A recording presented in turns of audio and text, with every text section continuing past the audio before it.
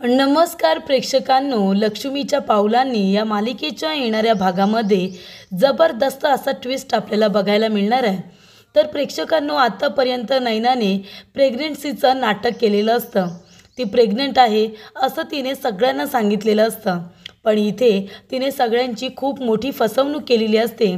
आतापर्यंत तिने हे सत्य सगळ्यांपासून कसं बसं लपवलेलं असतं, पण इथे रोहिणीच्या हातामध्ये तिचे प्रेग्नन्सी रिपोर्ट लागलेले असतात आणि त्याच्यावरून भयानक सत्याचा उलगडा झालेला असतो आणि ते सत्य म्हणजे कुणालाही न पचवणारं असतं। तर इकडे नैना प्रेग्नेंटच नाही आहे हे सत्य रोहिणीला कळल्यानंतर रोहिणी तिचं भांडं आता सगळ्यांच्या समोर फोडायचं ठरवते, पण असं तसं नाही। तिला आता एका दगडामध्ये दोन पक्षी मारायचे असतात। इथे नैनाचं भांडं तर फोडायचंच असतं, पण त्याचा सगळा आरोप कलावरती टाकायचा असतो आणि कलालासुद्धा नैनाबरोबर या घरातून बाहेर हकलून द्यायचं असतं, कारण तिला माहिती आहे कला अशी तशी या घरातून जाणार नाही। तिच्यावरती एकदा का आरोप केले की मग रागाच्या भरामध्ये सगळेजण तिलासुद्धा घरातून बाहेर काढतील, असा प्लॅन इथे रोहिणी आणि त्याचबरोबर राहुल यांनी मिळून केलेला असतो आणि सरोजलासुद्धा हाताशी धरून ठेवलेलं असतं। पण इथे प्रेक्षकांनो, आता खूप मोठी गोष्ट घडणार आहे। आतापर्यंत कला आपल्या बहिणीला नैनाला काही बोलत नाही, तिचा खूप जास्त मान ठेवते आणि नैनाचं जेव्हा भांडं फुटतं सगळ्या चांदेकरांसमोर, खरे कुटुंबासमोर आणि आलेल्या पाहुण्यांसमोर, इथे नैनाचं भांडं फुटल्यानंतर त्याचा सगळा आळ ती कलावरती टाकते। ती म्हणत असते की कलाने मला हे नाटक करायला सांगितलं प्रेग्नन्सीचं, तेव्हा प्रेक्षकांनो, इथे कधी न केलेली गोष्ट आता कलाने केलेली असते। तिने सगळ्यांच्या समोर नैनाचं थोबाड फोडलेलं असतं आणि ती म्हणते, नैनाताई, अगं मोठी बहीण म्हणून तुझ्याकडून अपेक्षा मी कमीच ठेवल्या होत्या, पण एवढी एक बाई म्हणूनसुद्धा खालच्या पातळीला जाऊन वागशील या गोष्टीचा मी कधी विचारच केला नव्हता। म्हणजे तू प्रेग्नेंट नाही आहेस हे सत्य तू सगळ्यांपासून लपवून ठेवलंस आणि आत्तापर्यंत नाटक करत राहिलीस आणि मलासुद्धा तू खोटंच सांगितलंस आणि आता करून सवरून सगळा आरोप तू माझ्यावरती करतेस। मी बहीण म्हणून तुझ्या कितीतरी चुका पोटामध्ये घालेन, पण तू जर माझ्यावरती खोटे आरोप करशील ना, तर छोटी बहीण म्हणून मी ते सहन करणार नाही, कळलं का तुला?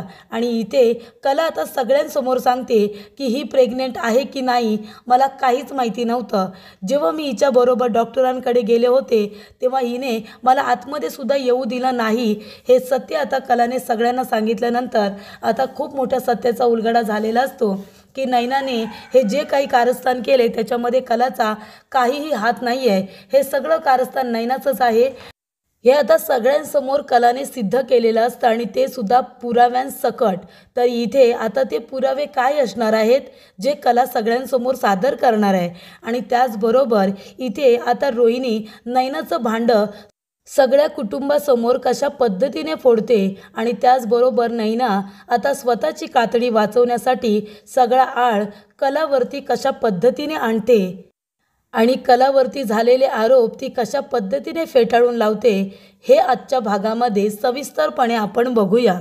तर इथे आता नैनाची लवकरच पोल खोल होणार आहे, कारण रोहिणीच्या हातामध्ये जळतं लाकूडच आलंय। इथे नैना प्रेग्नंट नाही आहे हे सत्य रोहिणीला कळल्यानंतर तिला आता खूप जास्त राग येतो, तळपायाची आग मस्तकामध्ये जाते आणि प्रेक्षकांनो, तिला आता या गोष्टीचा खूप मोठा फायदा करून घ्यायचा असतो। तिला आता नैनाचं सत्य जरी कळलं असलं तरीसुद्धा तिला एका दगडामध्ये दोन पक्षी मारायचे असतात आणि ते दोन पक्षी म्हणजे नैना आणि कला, कारण तिला माहिती असतं आतापर्यंत या घरामध्ये सरोजची हुकूमत चालू होती, पण जेव्हापासून कलाचं लग्न झालंय तेव्हापासून इथे कलाने संपूर्ण घराचा ताबा घेतलेला असतो। म्हणजे तो ताबा तिला इथे आजोबांनीच मिळवून दिलेला असतो, पण तरीसुद्धा काही लोकांनी तिचा अजून सून म्हणून स्वीकारच केलेला नाही आहे। अद्वैतने अजून कलाचा बायको म्हणून स्वीकार केलेला नाही आहे, तर इथे सरोज आणि इथे श्रीकांत काका यांच्या मनामध्ये अजून कलाबद्दल रागच आहे। तरीसुद्धा त्या घरामध्ये कला जे काही करते ते सगळ्यांना पटत असतं। आबांनी तिला नाचून म्हणून स्वीकारलेलं असतं आणि ते सतत कलाची बाजू घेऊन सगळ्यांबरोबर भांडत असतात। तर इथे हळूहळू आता प्रत्येक गोष्ट कलाच्या फेवरमध्ये जात असते। कला सगळ्या गोष्टींकडे लक्ष देत असते, अगदी घरसुद्धा व्यवस्थित सांभाळते, किचनसुद्धा। त्याचबरोबर अद्वैतने तिला बायकोचा मान दिला नसला तरीसुद्धा तिच्याबरोबर तो पूर्वीसारखा बोलत नाही. तो आता चांगला बोलतो तिच्याबरोबर. आणि कला अद्वैतची बायको म्हणून आपली सगळी कर्तव्य पार पाडते आणि त्याचबरोबर ती बिझनेसमध्ये सुद्धा लक्ष देते. ती स्वतः डिझाईन तयार करते आणि बिझनेसमध्ये अद्वैतला मदत करते. काय चूक काय बरोबर प्रत्येक गोष्टीकडे कलाचं लक्ष असतं. आणि त्याचबरोबर इथे घरीसुद्धा आबा कलाला विचारल्याशिवाय कुठली गोष्ट आता करत नाही. आणि हीच गोष्ट रोहिणीच्या डोळ्यामध्ये खटकत असते आणि सरोजच्या सुद्धा. पण सरोज इतकं लक्ष देत नाही तितकी रोहिणी देत असते. रोहिणी म्हणत असते की त्या सरोजमुळे मला या घरामध्ये मुलगी असूनसुद्धा मान मिळाला नाही. सगळा मान त्या सरोजला आणि आता तिच्यानंतर सगळा मान तिच्या सुनेकडे चालला आहे. ही कला आहे ना, ती हळूहळू दुसरी सरोज व्हायला कमी करणार नाही. आणि त्यामुळे मला काही झालं तरीसुद्धा त्या कलाचा काटा काढायचा आहे. अद्वैत आणि कलाला मला एकमेकांपासून वेगळं करायचं आहे. कारण का अद्वैतसुद्धा कलाच्या आता जवळ जाण्याचा प्रयत्न करतो आहे. म्हणजे तिच्यावरती जास्त रागवत नाही. तिच्या काही गोष्टी त्याला आता पटायला लागल्यात. तो तिची बाजू घेऊन सगळ्यांबरोबर आता वाद घालायला लागला आहे. त्याच्यामुळे आता मला या दोघांना वेगळं करायला पाहिजे. जर हे दोघंजण एक टीम झाले ना तर ह्या दोघांना वेगळं करणं खूप मुश्किल होईल. हे आता रोहिणीला माहिती असतं आणि म्हणूनच ती आता या संधीचा फायदा उचलते. ती म्हणते की चला, नैना प्रेग्नेंट नाही आहे हे खूप मोठं भगाड तिच्या हाती लागलेलं असतं. तेव्हा ती सरोजला सांगते की सरोज वहिनी, खूप मोठं भगाड माझ्या हाती लागलं आहे. उद्या मी खूप मोठा धमाका करणार आहे.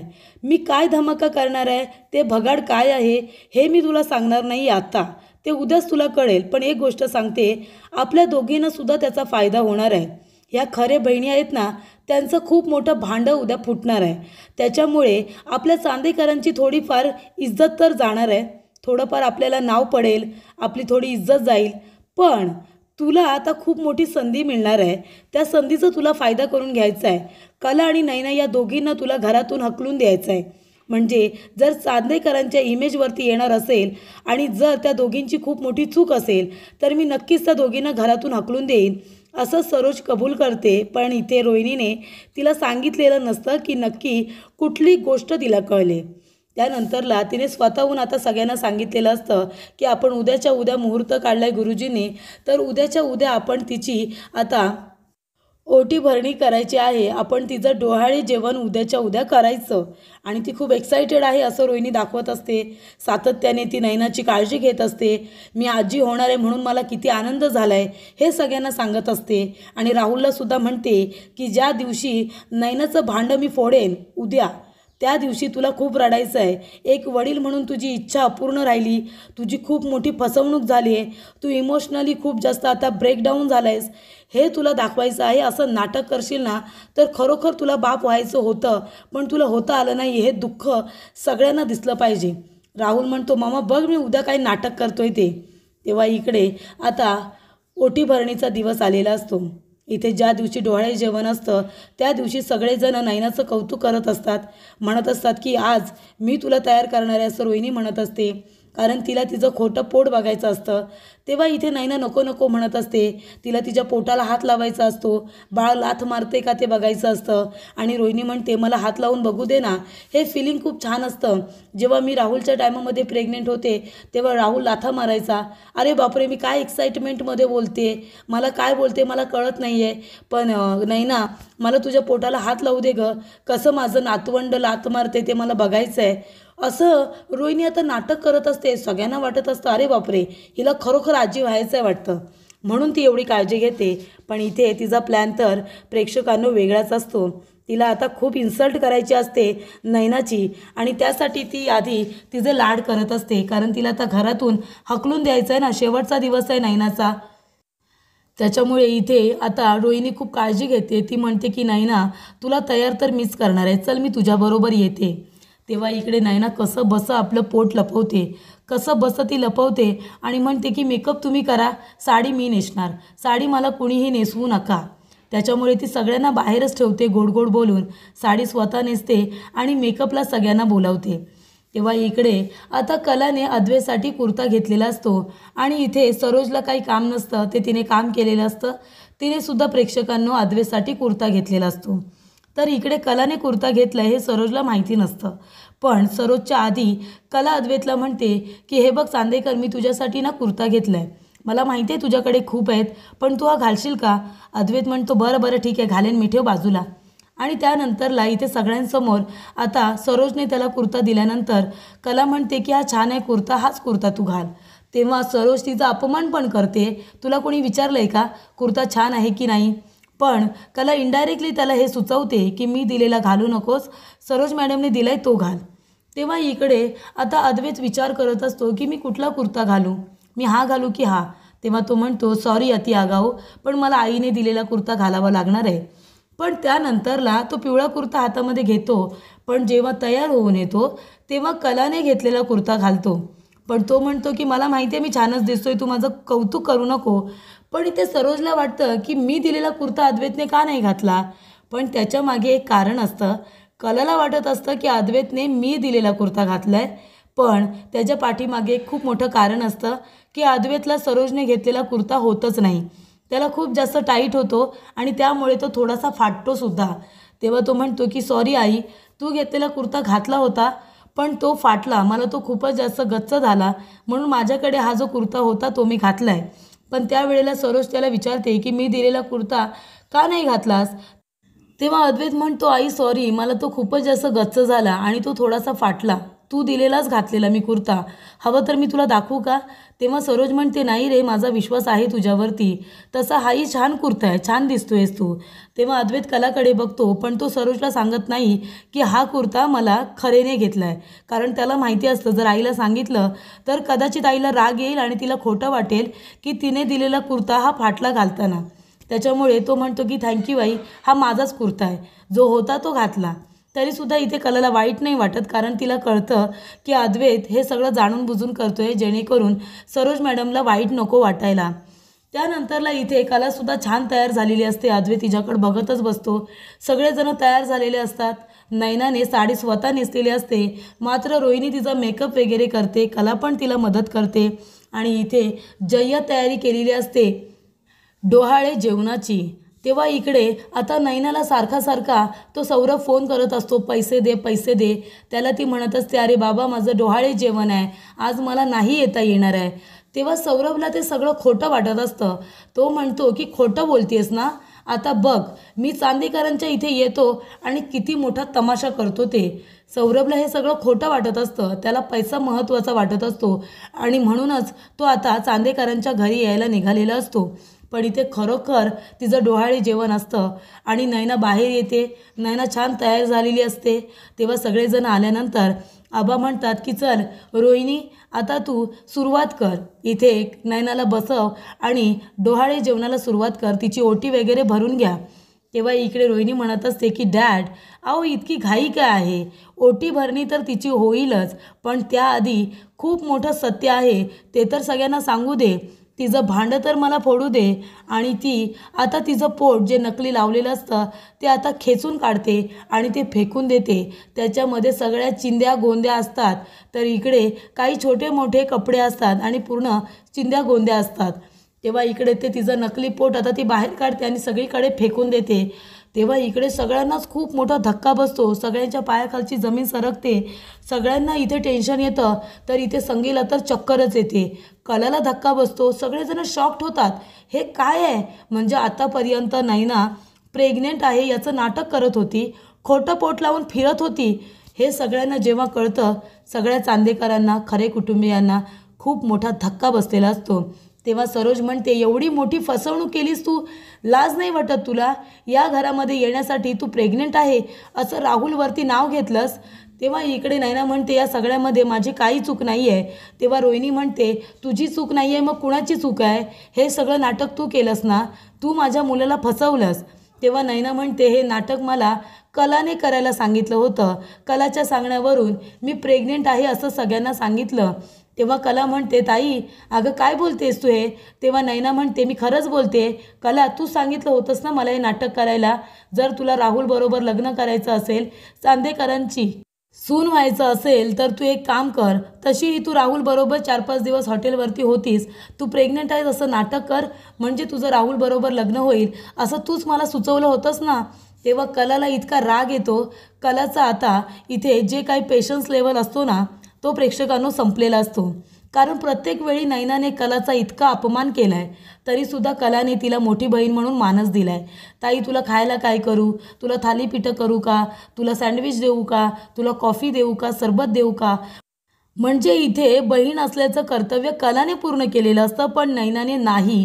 ती सोयीस्कररित्या इथे कलाचा वापर करून घेत असते, आपली कामं करून घेत असते. जेव्हापासून ती नैना घरात आली तेव्हापासून तिने अजिबात कामं वगैरे केलेली नाही आहेत. उलट कलाने तिला समजून घेतलं वेळोवेळी, पण या वेळेला ती अतिच करते. ती सगळा आरोप कलावरती करते की कलाने मला सांगितलं खोट्या प्रेग्नन्सीचं नाटक कर, आणि इथे रोहिणीने आता तिचं नकली पोट काढून बाजूला फेकून दिलेलं असतं. त्यामुळे इथे रोहिणीसुद्धा आता कलाला वाटेल तसं बोलत असते. ती म्हणत असते की कला, लाज नाही वाटली तुला आमच्या सगळ्यांच्या भावनांशी खेळायला? इथे तर सगळ्यांची तुला किती काळजी असं दाखवतेस, आणि एका बाजूला आमच्या भावनांचा इथे तू चकनाचूर करतेस, पायदळी तुडवतेस आमच्या भावनांना. तेव्हा इकडे कला म्हणत असते की मी असं काही केलेलं नाही आहे. तेव्हा इकडे नैना म्हणते की हे सगळं मला कलानेच करायला सांगितले, खोटं बोलते ती.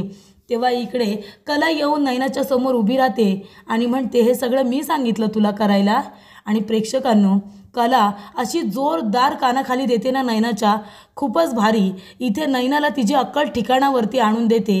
कला म्हणत असते की नैनाताई, अगं तू माझी मोठी बहीण आहेस, पण तरीसुद्धा कधीच मोठ्या बहिणीसारख्या तुझ्याकडून अपेक्षा ठेवल्या नाही गं मी, कारण तेवढी तुझी लायकीच नाही आहे.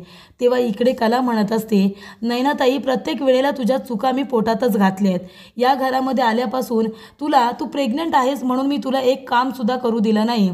तुला खालीवरती जिना चढून उतरून तुला त्रास होईल म्हणून तुला सरबत तुझ्या रूमपर्यंत आणून दिलं. तू कधी म्हणालीस की ब्रेकफास्ट मला रूममध्ये पाहिजे, जेवण मला रूममध्ये पाहिजे, माझा डिनर मला रूममध्ये पाहिजे. सगळं मी तुझ्या रूममध्ये तुझ्या हातामध्ये आणून देत होते, तुझी काळजी घेत होते. तुला चढाई उतरायला त्रास होतो म्हणून मी तुला सतत सांगायचे की कलाताई हळू उतर, हळू चढ, पण तू मला त्यावेळी खूप जास्त वाटेल तसं बोलायचीस, मला नाही ते सुनवायचीस. का? तर मी तुझी काळजी करायची म्हणून. जर तू खोटी प्रेग्नेंट आहेस हे मला माहिती असतं तर मी तुझी काळजी घेतली असती का? आणि हे तुझं खोटारडेपणा मी सगळ्यांपासून लपून ठेवला असता असं वाटतं तुला? मी सगळ्यांना कधीच सांगून टाकलं असतं.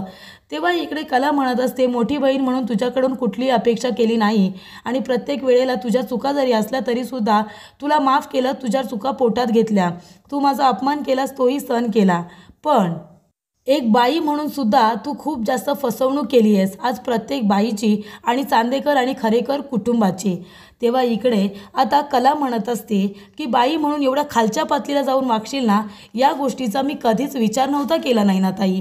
आणि एवढं सगळं करून सवरूनसुद्धा आता हा सगळा ब्लेम तू माझ्यावरती टाकतेस, सगळा आरोप माझ्यावरती टाकतेस. सगळं काही करून सवरून मला तर याबद्दल काही माहितीच नव्हतं. आणि ती जोरदार आता नैनाच्या कानाखाली देते आणि म्हणते, लहान बहीण आहे म्हणून सगळेच आरोप तुझे मी सहन करणार नाही. वाटेल तसं मला बोलशील आणि मी तुझं ऐकून घेईन असं वाटलं का तुला? एवढी मोठी फसवणूक मी चांदेकरांची किंवा माझ्या खरे कुटुंबाची करेन असं वाटलं तुला?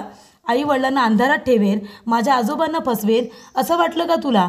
तेव्हा इकडे कला म्हणत असते की आजोबा, देवी आईची शपथ घेऊन सांगते की नैनाताईने जे काही सांगितले त्याबद्दल मला काहीच माहिती नव्हतं. हा, हे बरोबर आहे की प्रेग्नन्सीचा रिपोर्ट करण्यासाठी मी स्वतः तिच्याबरोबर गेले होते, पण नैनाताईने मला आतमध्ये येऊसुद्धा दिलं नाही. तिने मला बाहेर उभं केलं होतं आणि ती डॉक्टर सौरभ यांच्याशी स्वतः बोलली होती. तेव्हा इकडे आता सौरभ नैनाकडून पैसे काढायला आला होता. बघतो तर काय, खरोखर डोहाळे जेवणाचा घाट घातला होता.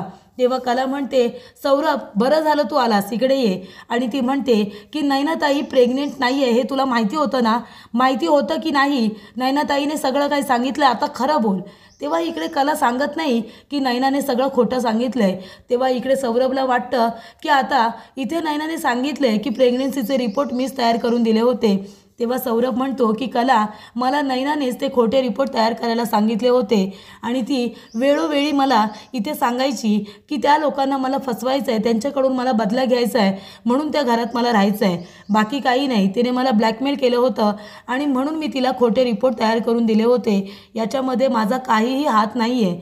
तेव्हा इकडे सौरभने सुद्धा सगळा ब्लेम आता नैनावरती टाकलेला असतो आणि कलाने इथे सगळ्यांना पुरावा दिलेला असतो की बघा, जेव्हा जेव्हा मी नैनाताई बरोबर डॉक्टरांकडे जायला निघायचे तेव्हा नैनाताई म्हणायची की तू माझ्याबरोबर येऊ नकोस, मी एकटी जाईन. आणि तरीसुद्धा मी डॉक्टर सौरभ यांना भेटायला गेले होते गेल्या आठवड्यामध्ये, तेव्हा चांदेकर सुद्धा तिथे आला होता.